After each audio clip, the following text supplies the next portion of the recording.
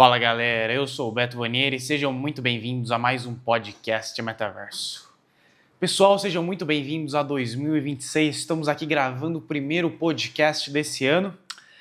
E esse ano começou com tudo, pessoal. Os Estados Unidos entrou com algumas forças militares no território venezuelano e capturou o presidente Nicolás Maduro.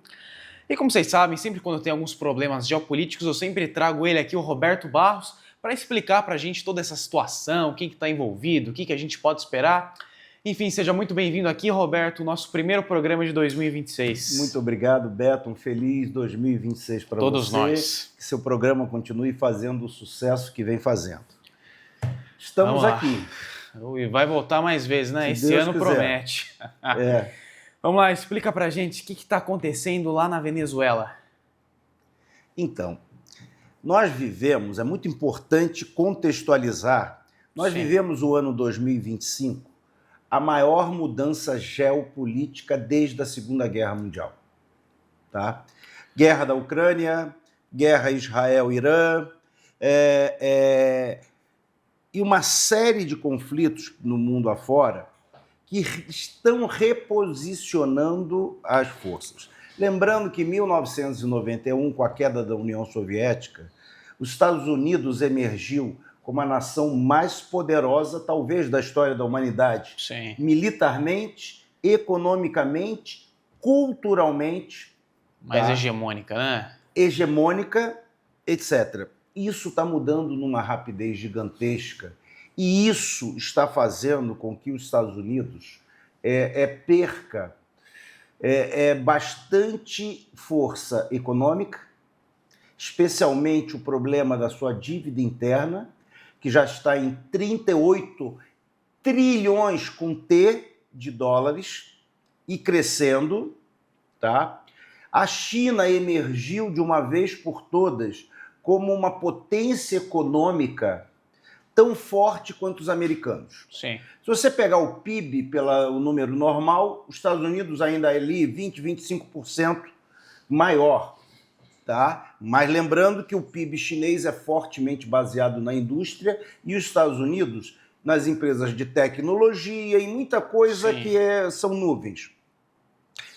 Mas no PIB por paridade de compra, que é o que tem sido mais usado, hoje a China já está... PIB por paridade de compra é para mostrar o poder de compra que a população tem. Exatamente. Você imagina o seguinte, um americano com $2.000 por mês não faz nada. Sim. Um indiano com $2.000 por mês, nossa senhora, sim. O cara tá, né? E esse PIB vem tentar corrigir essa distorção.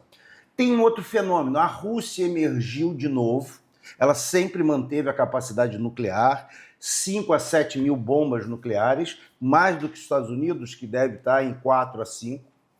Mas ela emergiu dessa guerra da Ucrânia como uma potência militar hoje realmente de grande ponta. Isso Sim. Tudo está desafiando os Estados Unidos.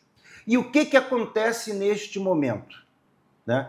Os Estados Unidos está querendo voltar um pouco para si, tentar se reforçar para poder fazer frente a esses países.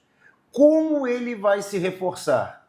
Através das riquezas dos países das Américas. Não tenham dúvida, ninguém duvide que o Maduro era um péssimo governante, concordo, mas ninguém duvide que é por causa disso. Sim. Tá? Hoje, eles já declararam que aceitaram a vice-presidente a Rodrigues do Maduro. Então, peraí, ela foi eleita com ele e a eleição foi roubada. Então, o problema é o petróleo. E hoje, lembrando que nós estamos gravando, né? Esse programa é gravado, ele vai ao ar e até ele sair, algumas novas coisas podem acontecer. Mas eles não, vocês vão ter que nos dar acesso a todas as suas riquezas. Sim. O próximo, na minha opinião, tá, é o Brasil.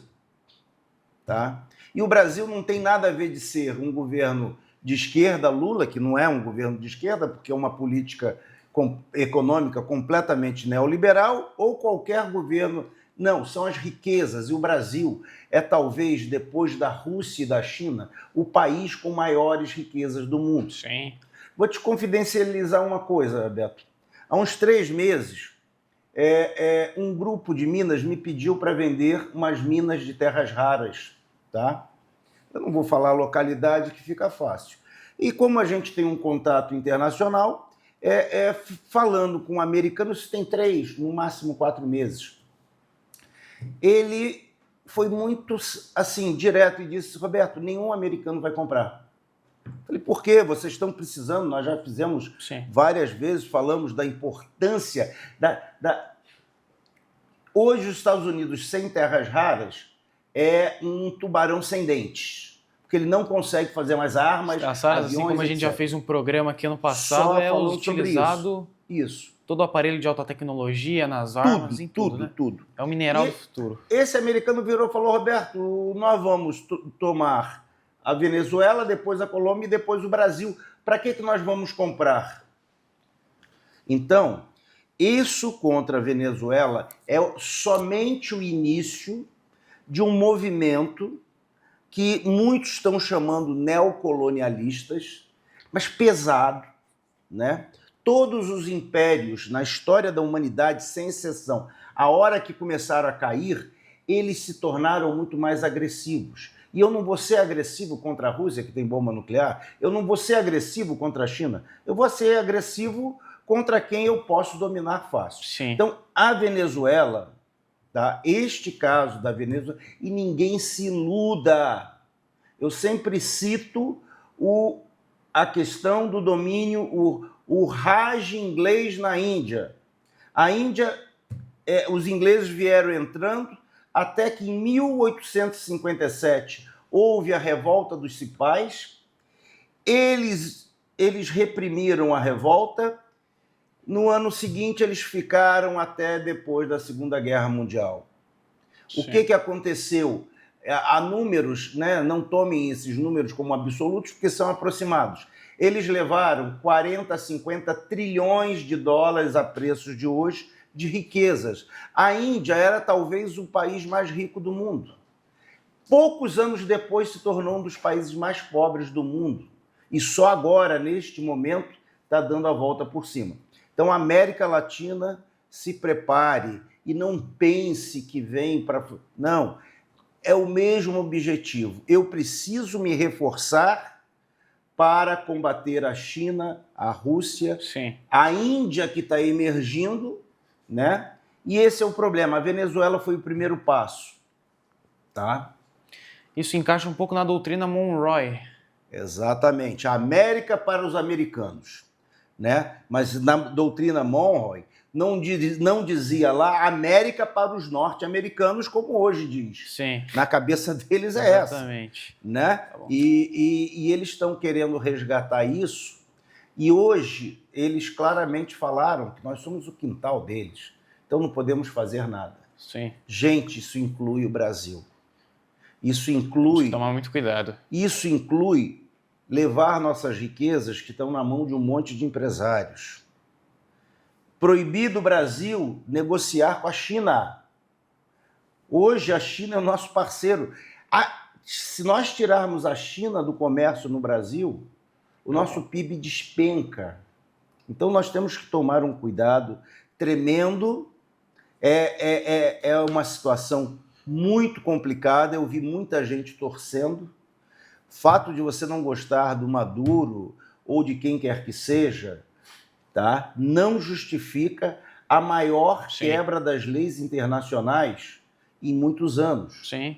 Tá? Então, esse é o que está acontecendo na Venezuela hoje, mas vai ter uma consequência muito grande para todos nós. Se discute, né? Você pode ser contra o regime venezuelano, você pode ser contra o Maduro, que querendo ou não é um governo autoritário, praticamente provado que teve fraude nas eleições. Pra cacete. Mas você tem que ser contra também isso que aconteceu. Exatamente. Vamos falar então sobre essa captura do Maduro? O que se sabe até agora? Então, se sabe muito pouco, porque, digo, nós estamos gravando, mas assim, existem algumas coisas, né?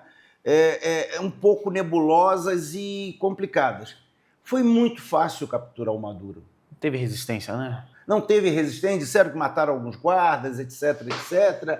Uma equipe de SEALs, né? Os Focas, essa equipe de elite da Marinha, e que foi muito fácil.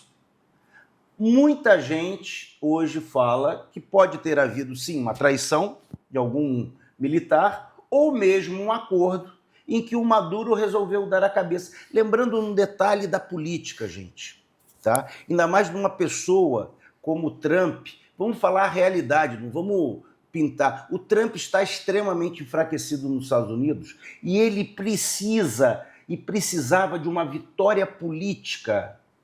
Capturar Maduro, praticamente sem fazer guerra, foi uma vitória política muito importante para ele. E o que acontece? Pode ter sido um acordo.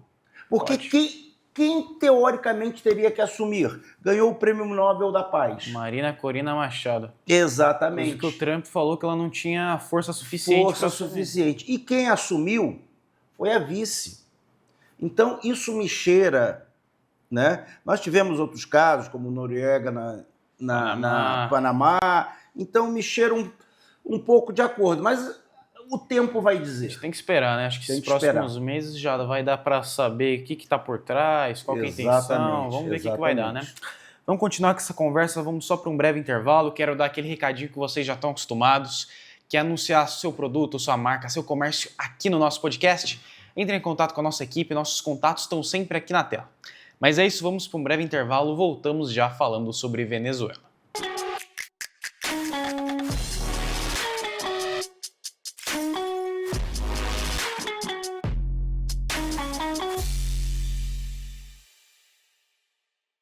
Hospital Veterinário Dog Saúde, ambiente acolhedor, onde seu animalzinho se sente em casa.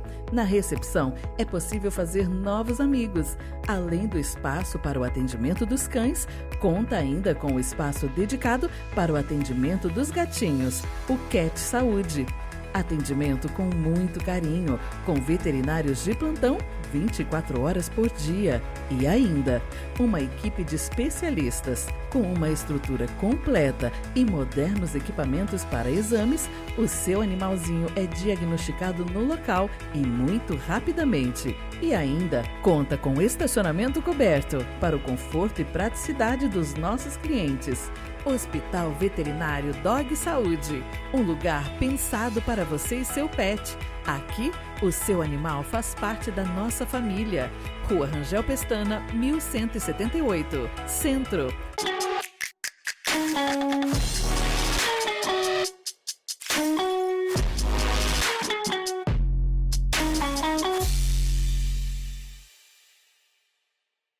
Pessoal, voltamos aqui com o nosso podcast. Para quem está chegando agora, a gente está recebendo mais uma vez aqui no primeiro podcast do ano de 2026, o Roberto Barros. Roberto, o ano começou com tudo. Estados Unidos invadiu a Venezuela e capturou o presidente Nicolás Maduro. A gente estava falando um pouco sobre as raízes históricas, todo o contexto mundial que está por trás disso tudo. Você falou para a gente sobre que foi muito fácil capturar o Maduro, que provavelmente teve alguma traição ou teve algum acordo ali por trás. Vamos continuar falando disso. Quem perde, quem ganha com toda essa situação na Venezuela?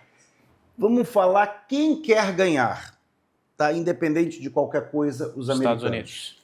A Venezuela, os Estados Unidos têm 40 milhões de barris de petróleo de reserva. A Venezuela tem quase 8 vezes mais, 300 bilhões de barris de petróleo de reserva. Muito mais que Dubai, Arábia Saudita, tudo isso, né? Mais do que a Arábia Saudita, Rússia, muito mais do que os Emirados Árabes, muito mais que Irã e Iraque. Podiam ser o país mais rico do mundo. E perto. Esse é a incompetência do Maduro. Ele poderia transformar naquilo numa Dubai. Sim. Porque o petróleo, a boa parte está no rio Orinoco, em terra. Nós temos que ir no mar a 5 mil metros para tirar petróleo. Sim. Deles a maior parte está na terra. Tem bastante ouro também, não tem? Muito ouro. A Venezuela é um país muito rico também e este é o problema, né? Então, quem quer ganhar? Os Estados Unidos. Quem vai perder? Sem nenhuma dúvida, o povo venezuelano.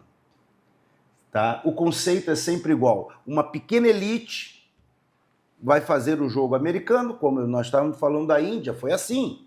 A Índia era um país muito maior que a Inglaterra. Eles pegaram os rajás, aquela elite, e dominaram o país por muito tempo e levaram tudo que queriam e que não queriam.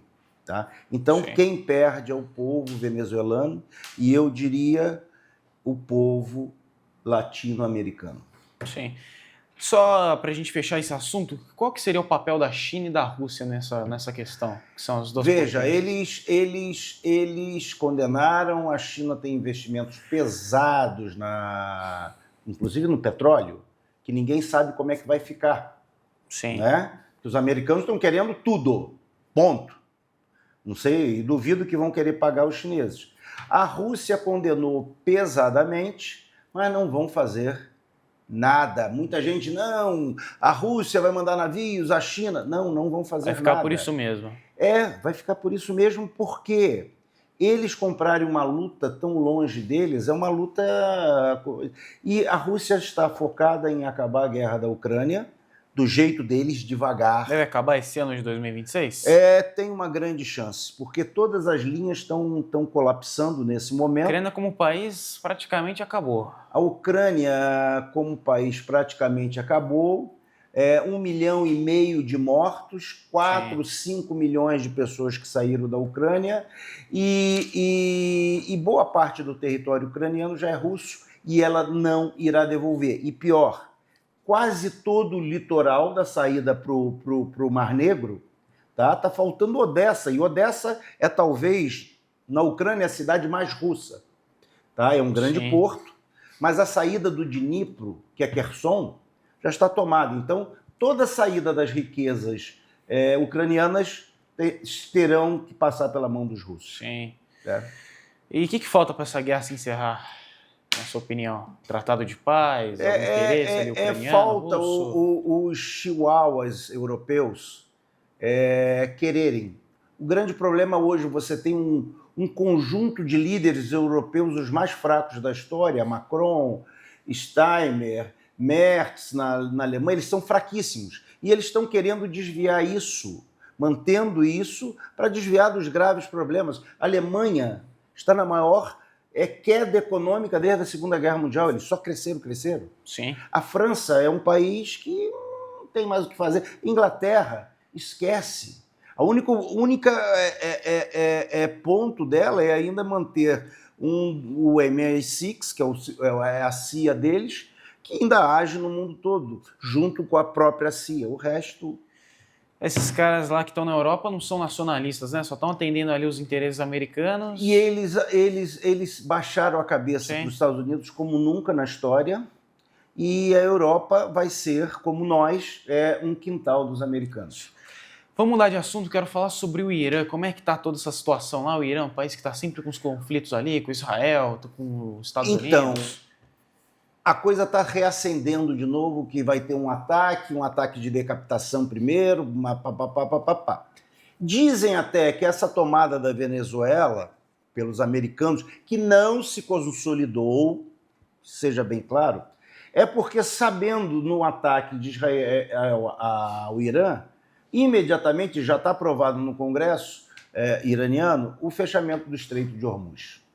Sim. 1/3 do petróleo vai passar ali e o mundo inteiro vai colapsar economicamente. Sim. Então, acho que é por causa disso que os Estados Unidos talvez não invade ali, não tem uma ação mas militar. ele está sendo altamente pressionado para fazer o mesmo que fez na Venezuela. Não, ele está sendo pressionado pelos israelenses, porque os israelenses pensam na grande Israel, que está lá num trechinho da Bíblia, que Israel ia até o grande rio, que era o Eufrates, etc. Mas hoje a capacidade de retaliação do Irã é fortíssima, mas não nuclear. Sim. Ponto de interrogação. Muita gente diz que a Coreia do Norte pode já ter fornecido alguma ogiva, porque os mísseis o Irã tem. Então, tomara que não tenha essa guerra, porque a economia do mundo pode entrar num nó muito grande. Por que o Irã tem sido um foco tão constante naquela região do Oriente Médio? Pegar a história. né? Em 53 tinha um governo iraniano que resolveu dizer para os americanos e ingleses: eu vou usar um pouco do petróleo aqui para dar saúde e educação para o meu povo. Ele foi sumido. Entrou o Reza Pahlavi. Reza Pahlavi era aliado americano, fez a maior festa da história lá por 73, por ali, comemorando 2.500 anos do Império Persa, e aí ele começou a querer algumas coisas que não agradaram aos americanos. Eles vão fazer um regime change, uma mudança de regime. Acharam que o Shah Reza Pahlavi ia ser um cara pró, não foi, né? E, inclusive, houve a invasão da embaixada americana por jovens, que foi um caso sério. Os Estados Unidos tentou resgatar, não foi. Então há um ódio muito grande e há uma guerra regional, né, para quem domina ou não. Então, vamos ver o que vai dar, né, nessa situação do Irã. O que você acha que pode acontecer? Assim, assim, Israel, o Netanyahu, ele precisa se manter no poder, porque ele tem um monte de processos. A hora que ele sair, ele fica preso pro resto da vida dele. E ele junta os israelenses na guerra. Ele vai tentar fazer alguma coisa, tá? Mas ele já teve uma prova do que aconteceu. Tel Aviv, o porto de Haifa, no norte, que é o maior, e o porto um pouco ao sul de Tel Aviv, eles foram bem machucados, vamos dizer assim. Tá? Vamos falar de Brasil também. Como é que o Brasil está envolvido? Como que o Brasil pode acabar interferindo nessa situação da Venezuela? E como que está o cenário geopolítico aqui do nosso país? Que esse ano é ano de eleição, né? A gente tem que ficar ligado. Então, o Brasil tem pensadores que alertam há anos que nós não podemos estar nessa fragilidade militar. Porque nós somos um país com tantas riquezas, e as riquezas da terra e a chamada Amazônia Azul. Sim. Né? Nós temos 200 milhas de mar, que para os americanos são só 16, e nós estamos com esse mar lotado de petróleo. Tá? Também os aquíferos ali, né? Os aquíferos, tem um aquífero lá Amazônia, da Amazonas. Tá? E a água daqui a 15 anos vai ser, já não é muito mais cara que o petróleo. Com certeza. Então, o que acontece? Nós estamos completamente despreparados.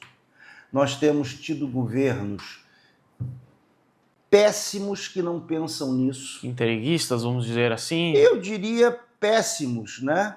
Nós temos governos que gastam com tudo. Nós estamos há 40 anos tentando fazer um submarino nuclear. Isso já seria uma dissuasão. Para quem quiser nos invadir, seria uma coisa... 40 anos, ano passado, o governo do nosso presidente, ele gastou quase R$1 trilhão, 1 trilhão com T, só de juros, tá? E o que acontece? Ele não tinha 2 bilhões com B de bola para terminar o submarino nuclear. Portanto, nós estamos numa situação muito ruim, e eu queria poder ouvir dos militares brasileiros, que muitos deles se preocuparam mais em ter um cargo no governo anterior, ou mesmo nesse, um segundo cargo, um segundo salário. Tá? A obrigação deles era estar pensando na defesa do nosso povo, na defesa do nosso território. E o problema que nós estamos vendo, que hoje nós estamos completamente despreparados, e seguramente algum militar, se nós sofrermos o que a Venezuela está sofrendo, e provavelmente vamos sofrer, eles vão simplesmente dizer, seu. Isso não é o exército de Duque de Caxias. Tá? Vamos ficar ligados, né, esse ano de eleição, que todos nós possamos ficar de olho nas propostas, nos candidatos e escolher a melhor opção para o nosso país, né? Mas é isso, pessoal. Obrigado a todos vocês por terem nos acompanhado durante essa entrevista. Obrigado, Roberto. Prazer sempre estar aqui. Meus parabéns para o seu programa. Continua maravilhoso. Esse ano eu acho que vai ter que voltar muitas vezes aqui, né? Do jeito que o mundo está indo.